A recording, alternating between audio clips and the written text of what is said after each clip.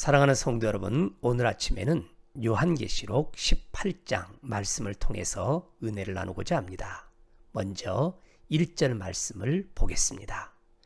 2일 후에 다른 천사가 하늘에서 내려오는 것을 보니 큰 권세를 가졌는데 그의 영광으로 땅이 환하여지더라. 아멘.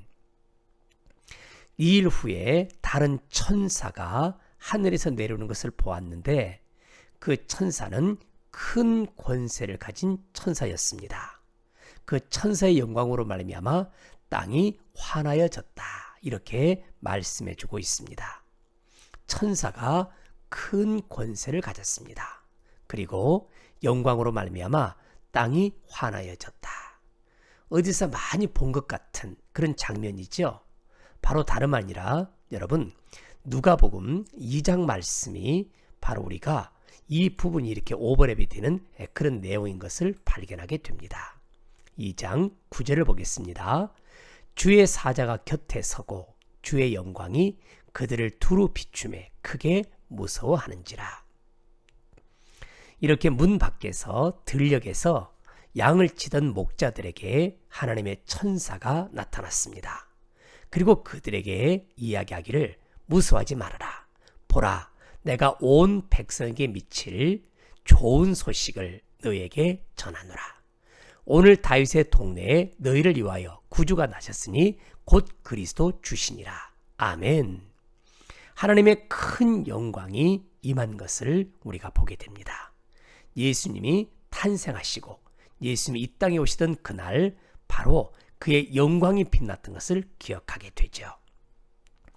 요한계시록 18장 1절에서는 무엇을 이야기하려고 하냐면 예수님이 재림하실 때도 마치 예수님이 처음 이렇게 이 땅에 오셨을 때처럼 빛난 영광이 가득 찬 것처럼 예수님의 재림 때도 엄청난 영광과 이렇게 하나님의 놀라운 은혜가 가득 찰 것이다. 그것을 말씀해주고 있는 것입니다.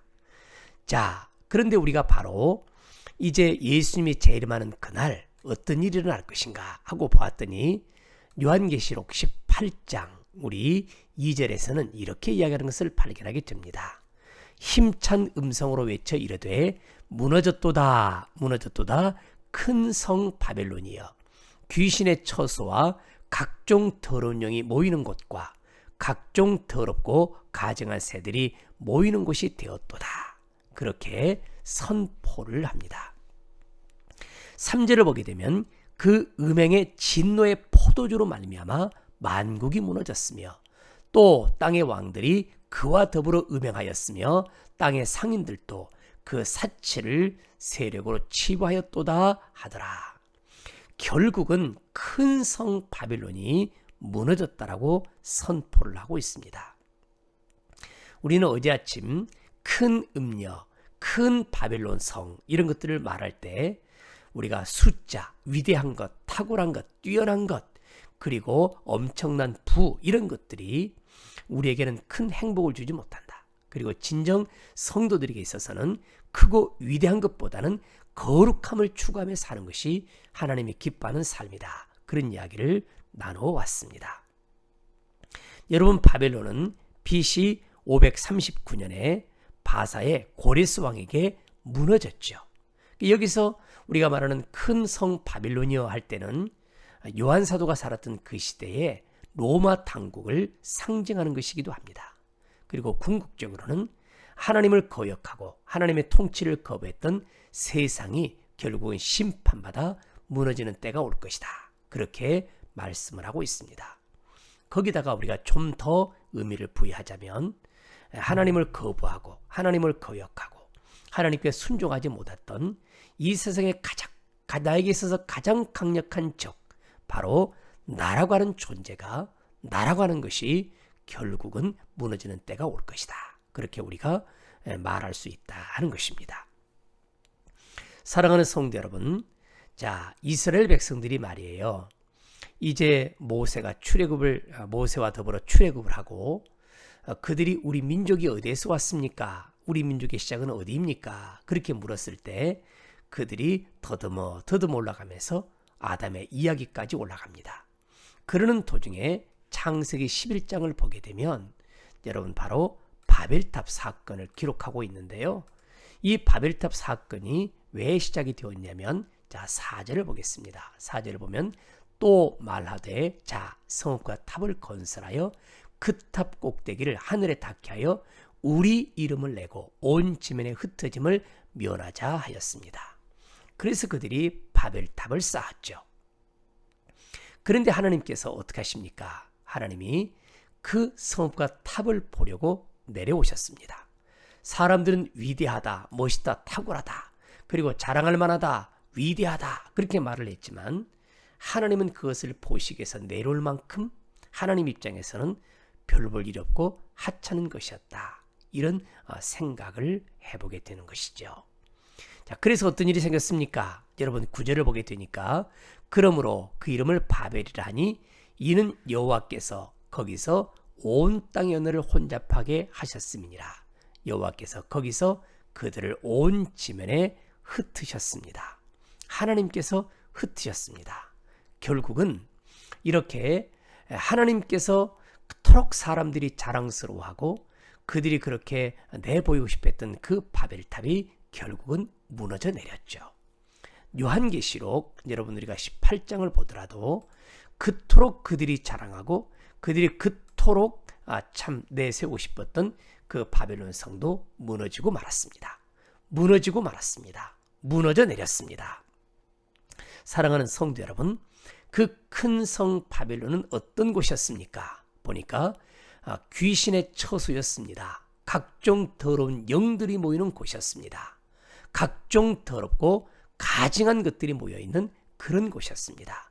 결국은 심판을 받아서 멸망을 당하게 되었다. 무너져 내렸다. 그렇게 말씀해주고 있죠. 우리는 바로 예수 그리스도의 피로 말미암아 우리가 구원을 받아 하나님의 자녀가 된 것과 그리고 또한 하나님의 진리가 없고 하나님의 생명이 없고 하나님의 거룩이 없는 것이 결국은 무너져 내릴 것이라고 하는 하나님의 예언의 말씀을 우리가 은혜로 받기를 간절히 축복합니다. 하나님을 거부하고 자신을 이렇게 하나님처럼 자기가 마치 전능자인 것처럼 그렇게 굴었던 하나님을 떠나 살았던 그것을 우리는 음행이라는 단어로 정리를 했는데 그렇게 살았던 사람들은 무너지는 때가 올 것이다. 그리고 하나님께서 심판하는 때가 분명히 올 것이다 라고 그렇게 이야기를 하고 있습니다. 우리가 지금은 괜찮다, 지금은 문제없다 그러지만 한 번 죽는 것은 사람에게 정하신 것이라 한 것처럼 하나님의 심판을 피할 길은 없습니다. 반드시 무너지는 때가 온다라고 주님은 말씀을 해주고 있습니다. 요한계시록 18장 3절을 보겠습니다. 그 음행의 진노의 포도주로 말미암아 만국이 무너졌다라고 이야기를 합니다. 진노의 포도주로 말미암아 만국이 무너졌다. 하나님을 떠나 사는 사람들 뭐라고 말합니까? 또 땅의 왕들이 그와 더불어 음행을 하였다. 땅의 상인들도 그 사치를 세력으로 치부하였다라고 말하는데 음행이 이렇게 음란하고 이런 것도 우리가 말하지만 여기서는 무엇을 의미하는지 여러분이 아실 거예요. 하나님을 거부하고 하나님을 거역하고 하나님을 떠나 사는 것, 하나님을 이렇게 떠나서 멀리 방황하는 이것을 바로 음행이다. 이런 의미로 요한계시록은 사용을 하고 있습니다. 하나님을 떠난 음행은 분명히 하나님 앞에 진노를 쌌습니다. 하나님의 그 진노를 피할 길이 없습니다. 그래서 진노의 포도주다 이렇게 말씀을 하고 있는 것이죠. 여기서 사치라는 단어를 우리가 좀 더 눈여겨볼 필요가 있는데 사치가 무엇이냐? 우리가 막 치렁치렁하게 자신을 과시하기 위해서 뭔가를 내보이기 위해서 그렇게 치장하는 것을 사치다 이렇게 말할 수 있겠는데요. 자기 자신을 영화롭게 하는 거예요. 자기 자신을 하나님처럼 여기는 거예요. 그러니까 하나님을 떠난 인생들은 자기를 하나님처럼 그렇게 떠받들고 살고 있는데 그것을 사치라는 단어를 쓰고 있더라. 그렇게 이야기를 해주고 있습니다. 사랑하는 성도 여러분, 오늘 아침에 우리가 가장 크게 도전을 받아 마땅한 부분은 이 부분이라고 생각을 합니다. 그게 어디냐면 4절인데요. 또 내가 들으니 하늘로부터 다른 음성이 나서 이르되 내 백성아 거기서 나와 그의 죄에 참여하지 말고 그가 받을 재앙들을 받지 말라. 그의 죄는 하늘에 사무쳤으며 하나님은 그의 불의한 일을 기억하신지라 라고 이야기를 합니다. 기억합시다. 마치 소돔과 고모라가 멸망을 당할 때 룻이 그렇게 외치지 않습니까? 뭐라고 외칩니까? 빨리 나오라는 것이에요. 롯이 그렇게 빨리 도망쳐 나와라. 빨리 여기 도시를 도망쳐 나가자. 그렇게 말을 해도 롯의 말을 사람들이 농담으로 여겼다라고 이야기를 합니다. 얼마나 비극입니까? 주님이 우리가 오늘도 메시지를 선포합니다. 내 백성아 거기서 나와라.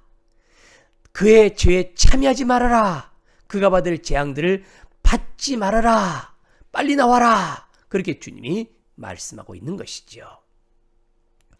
우리가 이렇게 소돔이 망하기 전에 이렇게 소돔성을 빠져나와야 되죠. 그리고 이스라엘 백성들이 출애굽을 할 때 열 재앙으로 당하기 전에 우리가 출애굽을 해야 되죠. 지금 우리가 사는 이 세상 가운데서 우리가 심판당하고 멸망당하기 전에 이 세상에서 하나님을 바라보며 하나님을 신뢰하며 믿음으로 이렇게 살기로 결단하고 그렇게 헌신하는 것이 얼마나 중요한가 하는 것들을 우리가 발견하게 됩니다. 사랑하는 성도 여러분, 자, 언젠가는 하나님의 심판이 임합니다. 그래서 11절을 보게 되면 땅의 상인들이 그를 위하여 울고 애통하는 것은 다시 그들의 상품을 사는 자가 없음이라고 이야기를 합니다. 또한 그리고 9절을 보겠습니다. 그와 함께 음행하고 사치하던 땅의 왕들이 그가 불타는 연기를 보고 울고 가슴을 쳤습니다. 그리고 10절 견고한 성, 큰 성 바빌론이 한 시간에 내 심판이 이르렀다. 그렇게 이야기를 하고 있습니다. 우리 사랑하는 성도들이 이 어려운 시기를 살아갑니다. 또 우리가 말세를 살아가고 있다. 종말의 시대를 살아가고 있다고 말하는데 이제 우리가 주님이 말씀하신 대로 내 백성아 거기서 나와라. 빨리 나와라. 죄에 참여하지 말고 빨리 나와라. 그가 받을 재앙들을 받지 말아라. 이렇게 말씀하신 이 말씀에 순종하여서 늘 거룩성을 유지하고 믿음을 유지하고 신실함을 유지하며 살아가는 저 우리 사랑하는 복원 성도들이 되기를 예수님의 귀하신 이름으로 간절히 축원합니다.